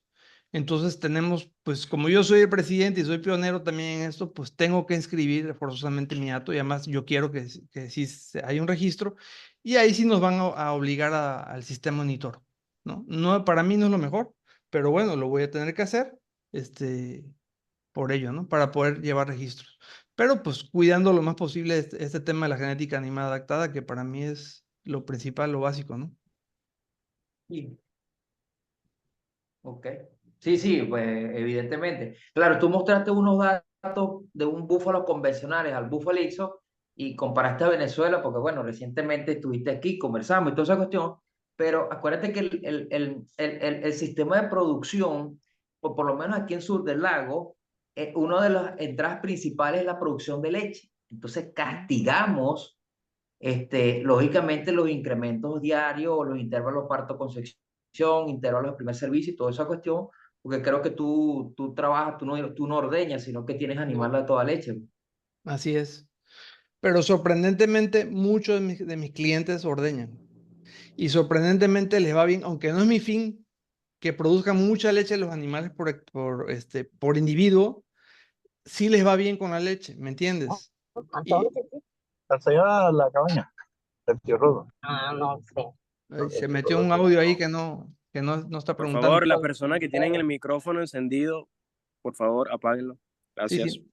Si no están haciendo preguntas, de favor, ahí guarden silencio, ¿no? Entonces, pues sí, no es mi fin que produzcan mucha leche los animales, pero el búfalo en México tiene 30 años, 30 y pico de años, entonces es muy joven, entonces por supuesto que no tienen mucho donde escoger, somos muy pocos los que hacemos mejoramiento genético, soy el único que hace un mejoramiento genético de esta forma, entonces, eh, pues encuentran que sí les da buena leche, ¿no? O sea, si normalmente una bufalixa sin mejoramiento genético, un búfalo comercial, ¿no? De las que hay aquí, pues produce 800 mililitros por lactancia, pues nosotros andamos en los 1800, 2200, sin querer, ¿no? Y obviamente que ya los que están muy metidos en el tema de leche, pues sí pueden andar más arriba, ¿no? Pero entonces pues sí les gusta, ¿no? Sí les gusta, aunque no es nuestro fin, ¿no? Por ahí creo que dejan una pregunta. Ah, que Sí, sí. Bueno, muchas gracias, señor Lucindo. Excelente. Bueno, Raúl Reyes comenta que hay mucho por hacer. Es necesario cambiar la perspectiva de producción y utilizar lo que tenemos a mano. Excelente charla. Saludos, ingeniero Ayala. Gracias. Saludos, Raúl. Bueno, fíjese que yo tengo unas preguntas. Usted Adelante. comentaba o hablaba acerca de indicadores de gestión ambiental, ¿sí? Ujú, Usted hablaba de huella de carbono, ujú, ¿ok? Este, obviamente para tener una estimación en cualquier unidad productiva, ya sea bufalina o de arroz, por ejemplo, ujú, se tienen que estimar o medir ciertas variables, ¿sí? Por ejemplo, la emisión de gases de efecto invernadero, como bien se explicaba ahí. ujú. Ahora bien, este, actualmente en México, el Estado tiene políticas como de algún tipo de bono para los productores que